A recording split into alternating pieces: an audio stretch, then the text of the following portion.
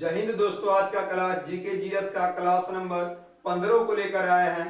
तो आज का क्लास आप लोग के बीच में 15वां क्लास होगा दोस्तों। वैसे प्रश्नों को चुना गया है जो कि हर एक एग्जाम में एक या दो प्रश्न यहाँ से अवश्य पूछे जाएंगे और पूछे जाते हैं दोस्तों। तो आज का सेशन देर न करते हुए आज का चला जाए पहला प्रश्न पर। आज का पहला प्रश्न ये रहा आपकी स्क्रीन पर। पानीपत की तीसरी लड़ाई 1761 ईस्वी में किनके बीच हुई थी?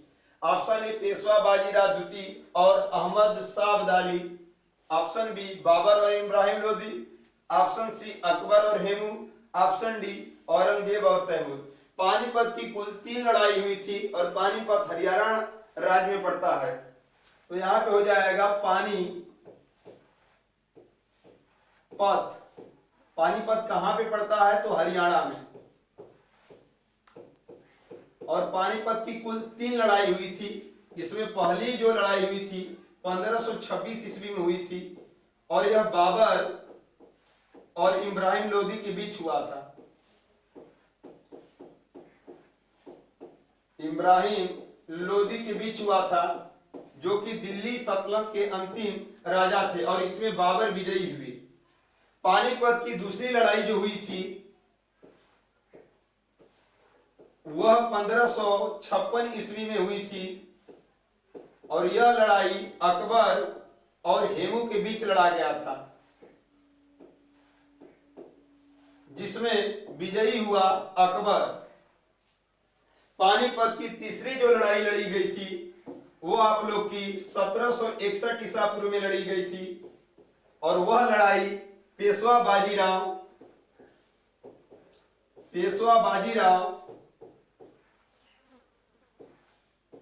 द्वितीय और अहमद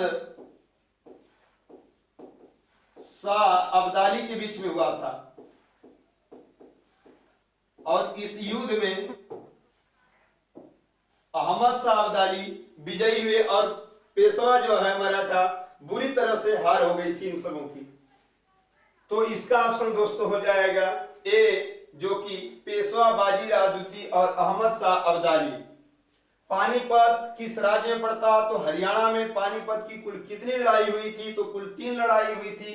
पानीपत की पहली लड़ाई 1526 में बाबर और इब्राहिम लोदी के बीच में लड़ा गया था जिसमें बाबर विजयी हुआ।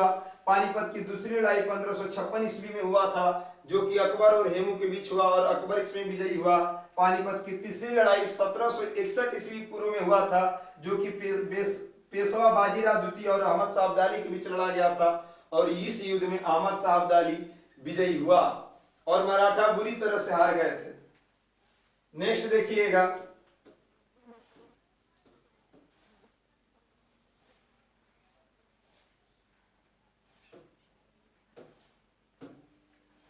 एक इतिहासकार ने पानीपत की तीसरी लड़ाई को स्वयं देखा था, वह कौन था? जो पानीपत की तीसरी लड़ाई हुई थी 1761 ईसा पूर्व में हुई थी और वह इतिहासकार काशीराज पंडित था। काशीराज पंडित यह एक ऐसा व्यक्ति था जो पानीपत की तीसरी लड़ाई को स्वयं देखा था। अकबर ने दीन इलाही धर्म जो प्रारंभ किया था किस सन में प्रारंभ किया था? तो दीन ए इलाही धर्म 1582 ईस्वी में चालू किया था और एकमात्र हिंदू इसे स्वीकार करने वाला बीरबल था। एकमात्र हिंदू, एकमात्र और अंतिम हिंदू। दीन ए इलाही धर्म को कौन स्वीकारा था? तो अकबर को स्वीकारा था, बीरबल स्वीकारा था। और बीरबल के बचपन का नाम महेश दास था। नेक्स्ट देखिएगा।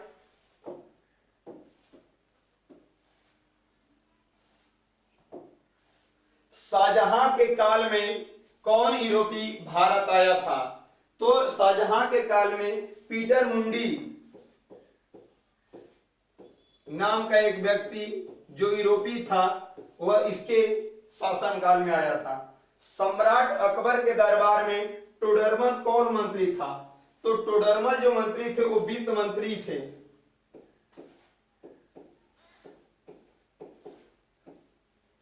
अकबरनामा किसने लिखा? तो अकबरनामा ने अबुल फजल ने लिखा था। अबुल फजल।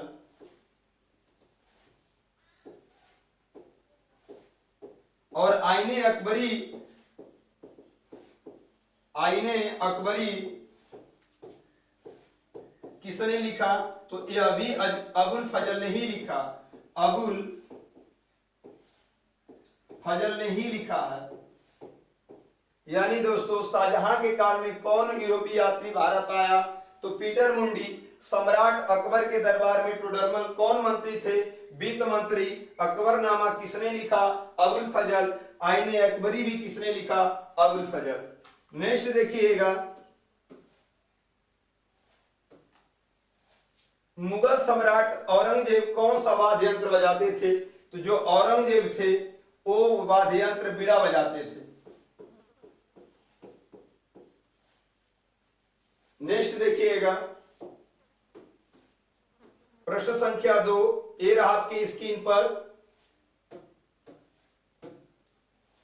रिएक्टर स्केल का प्रयोग किसके मापने में किया जाता है? ऑप्शन ए समुद्र की गहराई, ऑप्शन बी समुद्र की दिशा, ऑप्शन सी भूकंप के झटके, ऑप्शन डी इनमें से कोई नहीं। तो जो रिएक्टर स्केल होता है, रिएक्टर स्केल, इसको सिस्मोग्राफ भी कहा जाता है। सिस्मोग्राफ। और इससे मापा क्या किया जाता है? तो भूकंप की तीव्रता, भूकंप की तीव्रता मापा जाता है या भूकंप के झटके मापे जाते हैं। भूकंप के झटके भी इसी से मापा जाता है। और भूकंप का अध्ययन क्या कहलाएगा? तो सिस्मोलॉजी। भूकंप का अध्ययन सिस्मोलॉजी कहलाता है। सिस्मोलॉजी। तो इस प्रकार से ऑप्शन हो जाएगा दोस्तों सी भूकंप के झटके। इसमें समुद्र की गहराई आया ऑप्शन ए में। तो फैदोमीटर से क्या मापा जाता है? तो पूछा जाएगा फैदोमीटर से समुद्र की गहराई मापी जाती है। नेक्स्ट देखिएगा,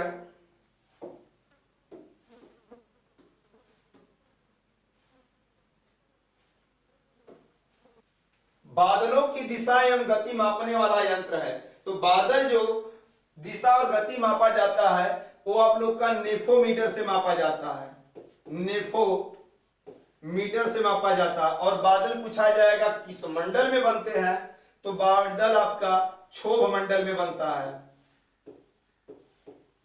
और बादलों की दिशा और शक्ति या गति किससे मापा जाता है? नेफोमीटर। वायु में अपेक्षित आर्द्रता मापन हेतु हाइग्रोमीटर का प्रयोग किया जाता है। हाइग्रोमीटर का प्रयोग अपेक्षित आर्द्रता मापने में किया जाता है। पवन की गति मापा जाता है, यानी वायु की शक्ति या वायु की गति एनीमोमीटर से मापा जाता है। एनीमोमीटर से मापा जाता है पवन की गति। जल प्रवाह मापन किया जाता है। तो जल प्रवाह जो मापन किया जाएगा वो करंट मीटर से मापा जाएगा। करंट मीटर से जल प्रवाह मापा जाता है। नेक्स्ट देखिएगा, आकाश के नीलापन का मापन किया जाता है। तो आकाश के नीलापन का मापन साइनोमीटर से किया जाता है। आकाश का नीलापन। उच्च तापमान जैसे सूर्य का तापमान मापन किया जाता है तो पायरोमीटर से। पायरोमीटर। और जब ये नहीं दिया रहेगा तो उत्तापमापी। उत्तापमापी से उच्च तापमान, जिसे पायरोमीटर से उच्च तापमान मापा जाता है। ओपिसोमीटर का प्रयोग किया जाता है तो दूरी मापने में ओपिसोमीटर का उपयोग किया जाता है। नेक्स्ट देखिएगा, प्रश्न संख्या 3 ए रहा आपके स्क्रीन पर।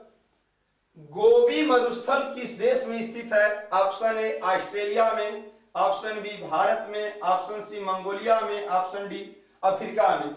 मरुस्थल जो है वो गोबी मरुस्थल आपका मंगोलिया में स्थित है, जो कि ऑप्शन नंबर सी है।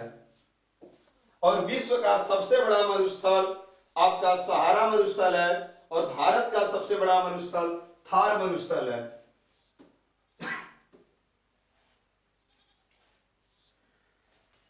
दक्षिण एशिया का सबसे बड़ा मरुस्थल है, तो दक्षिण एशिया का सबसे बड़ा मरुस्थल थार मरुस्थल है। विश्व का सबसे बड़ा मरुस्थल सहारा मरुस्थल है।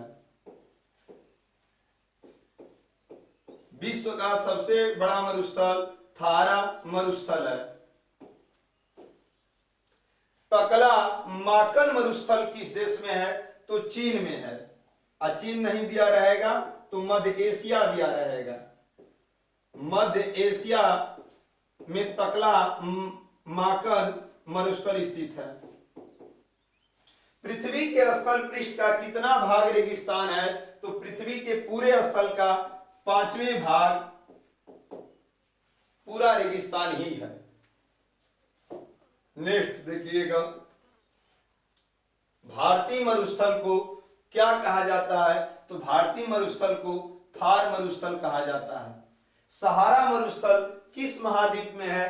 तो सहारा मरुस्थल अफ्रीका महाद्वीप में है, और यह विश्व का सबसे बड़ा मरुस्थल है।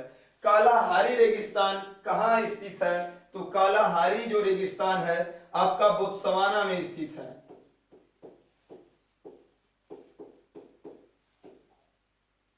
नेक्स्ट देखिएगा, आप प्रश्न संख्या 4 ए रहा आपकी स्क्रीन पर। घरेलू विद्युत उपकरणों में प्रयुक्त सुरक्षा फ्यूज तार उस धातु से बनी होती है। ऑप्शन ए जिसका प्रतिरोध कम है, ऑप्शन बी गलनांक कम हो, ऑप्शन सी विशिष्ट घनत्व कम हो, ऑप्शन डी चालकत्व कम हो। तो यहां पे विद्युत फ्यूज आया है।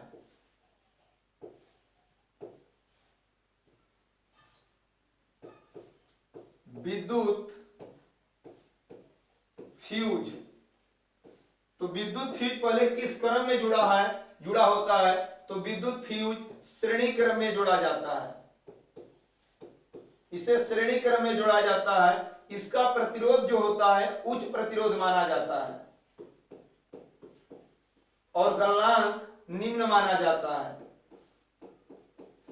गलनांक जो होता है इसका निम्न होता है।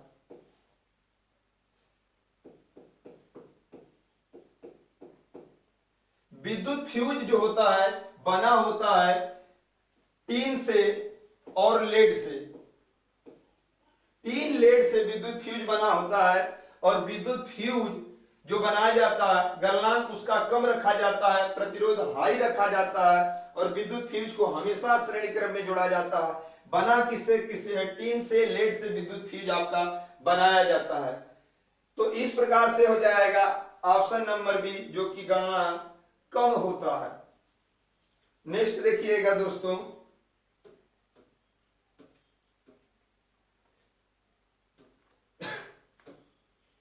बिजली के बल्ब का फिलामेंट किस तत्व से बना होता है? तो बल्ब का जो फिलामेंट होता है वो टंगस्टन से बना होता है, और टंगस्टन का जो संकेत होता है W, और बल्ब में कौन सी दो गैस भरी जाती है? आर्गन व नाइट्रोजन जो दो गैसें होती हैं भरी जाती है, और टंगस्टन का गलनांक होता है 3400 डिग्री सेल्सियस। टंगस्टन का जो गलनांक होता है वो आपका 3400 डिग्री सेल्सियस होता है। ओम का नियम क्या परिभाषित करता है? तो ओम का नियम का फार्मूला होता है V बराबर IR। तो ओम का नियम वोल्टता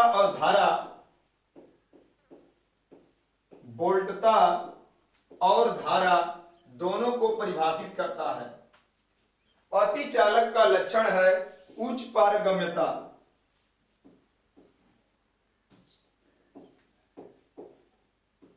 उच्च पारगम्यता अतिचालक का लक्षण माना जाता है। नेक्स्ट देखिएगा,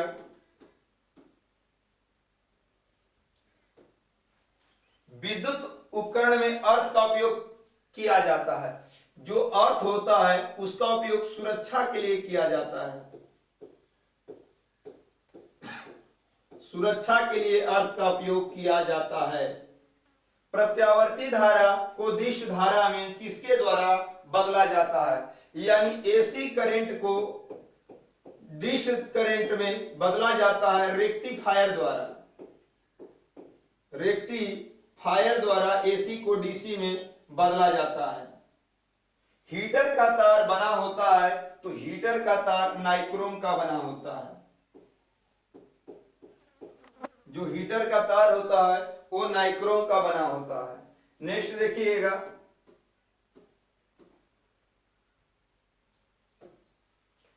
किलोवाट घंटा किसकी इकाई है, तो किलोवाट घंटा जो होता है वो कार्य एवं ऊर्जा की इकाई है। और यह कैसा मात्रक है, छोटा है कि बड़ा है, तो बड़ा मात्रक है। किलोवाट घंटा को प्रदर्शित करेंगे किलो से के, वाट से डब्लू, हावर से घंटा। के डब्ल्यू एस से किलोवाट घंटा को प्रदर्शित किया जाता है। और 1 किलोवाट घंटा बराबर आपका होता है 3.6 गुणे 10 की पावर 6 जूल। यांत्रिक ऊर्जा को विद्युत ऊर्जा में बदलता है, यांत्रिक ऊर्जा को विद्युत ऊर्जा में डायनमो बदलता है। और यहां पे रहता विद्युत ऊर्जा को यांत्रिक ऊर्जा में कौन बदलता है, यांत्रिक ऊर्जा में बदलता है तो ये आपका हो जाएगा विद्युत मोटर।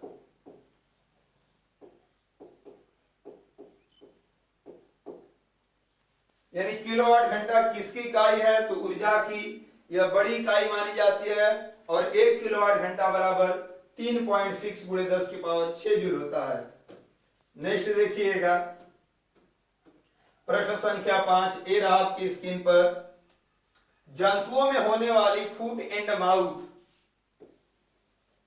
रोग किसके कारण उत्पन्न होती है, ऑप्शन ए जीवाणु, ऑप्शन बी कवक, option C protozoa, option D विषाणु।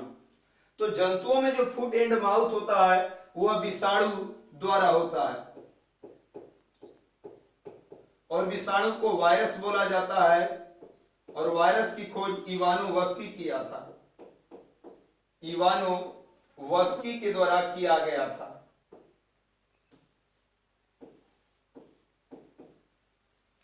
तो इस प्रकार से हो जाएगा दोस्तों ऑप्शन नंबर डी, जंतुओं में फुट एंड माउथ जो रोग होता है विषाणु जनित रोग है।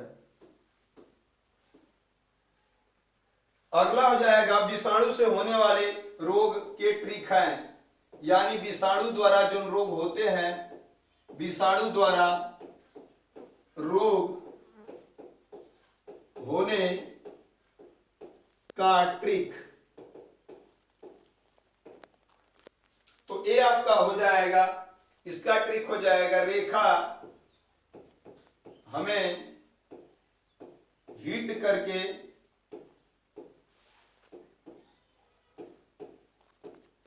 पोए से छोड़ गई।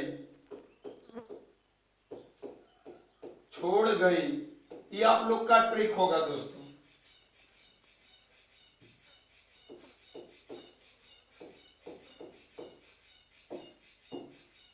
तो यहां पे रे है तो उससे रे से हो जाएगा रेबीज रोग, यानी रेबीज जो होता है वो विषाणु जनित रोग है। खा से हो जाएगा खसरा, और खसरा भी कैसा रोग है, विषाणु जनित रोग है। ह से हो जाएगा हर्पीज, हर्पीज भी विषाणु जनित रोग है। में से हो जाएगा मेनिंजाइटिस, मेनिंजाइटिस, और यह रोग मस्तिष्क को प्रभावित करता है। ही से हो जाएगा हिपेटियस, हिपेटियस को पीलिया कहा जाता है, और पीलिया का दूसरा नाम जांडिस भी होता है। जांडिस किसे कहा जाता है, तो पीलिया को बोला जाता है। करके से हो जाएगा कोरोना, करके से कोरोना,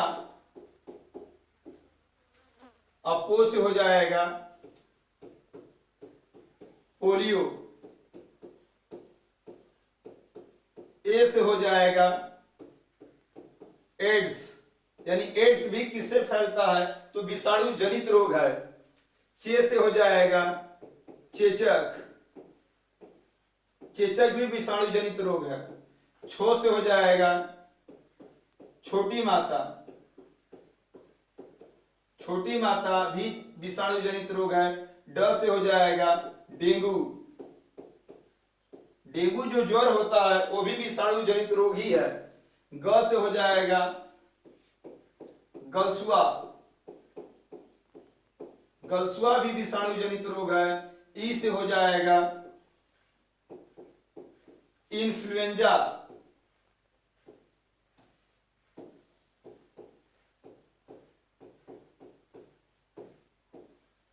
ल से हो जाएगा लंपी, लंपी जो गाय भैंस में फैलाता था, जो कि फोड़ा टाइप निकल जाता था, उसी को लंपी वायरस कहा गया है। तो ये सब जितने के जितने हैं दोस्तों, सभी विषाणु जनित रोग हैं। तो नेक्स्ट देखिएगा,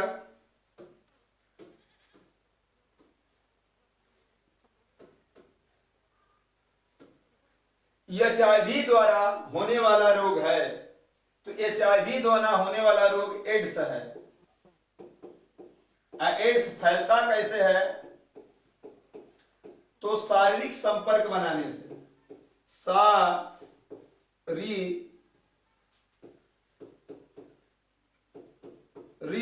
संपर्क बनाने से आपका एचआईवी फैलता है। और एड्स का जो जांच किया जाता है उसको एलिसा टेस्ट बोला जाता है, एलिसा टेस्ट बोला जाता है। और विश्व एड्स दिवस मनाया जाता है, विश्व एड्स दिवस, विश्व एड्स दिवस 1 दिसंबर को मनाया जाता है प्रतिवर्ष।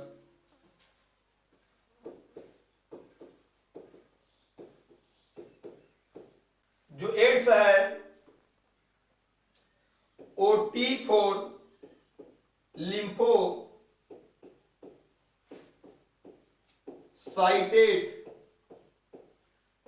की कमी के कारण होता है, कमी के कारण होता है। और एड्स एक स्टैंडर्ड आरएनए द्वारा फैलता है। तो एचआईवी जो होता है वो एड्स के द्वारा फैलता है, शारीरिक संपर्क से। जांच जो एड्स की किया जाता है एलिसा टेस्ट बोला जाता है। विश्व एड्स दिवस 1 दिसंबर को मनाया जाता है। T4 लिम्फोसाइटेट की कमी के कारण एड्स होता है और यह एक स्टैंडर्ड आरएनए द्वारा होने वाला रोग है। नेक्स्ट हो जाएगा आपका सार्स क्या है, तो सार्स एक विषाणु जनित रोग है, विषाणु जनित रोग है, यानी ये विषाणु से फैलने वाला रोग है। चाय की पत्तियों में क्यूरिंग में किसका उपयोग होता है, तो जीवाणु का। और चाय में औषधि पूछा जाएगा कौन सा पाई जाती है, तो औषधि का नाम है थीन औषधि चाय में पाई जाती है। दूध के दही के रूप में जमने वाला जो होता है वो लैक्टोबैसिलस के कारण, लैक्टोबैसिलस के कारण दूध से दही जमता है। नेक्स्ट देखिएगा, किसके द्वारा दूध खट्टा हो जाता है, तो दूध जो खट्टा होता है वो बैक्टीरिया के कारण यानी कि जीवाणु के कारण दूध खट्टा हो जाता है। मृदा में धान की पैदावार बढ़ाने के मुक्त जीवी जीवाणु है, तो जो मृदा में धान की पैदावार को बढ़ाया जाएगा उसका नाम एनाबीना है। और धान में किसकी कमी से जो होता है उसके काले पत्ते पड़ जाते हैं, तो आपकी जस्ता की कमी से या जिंक की कमी से धान में खैरा रोग उत्पन्न हो जाता है।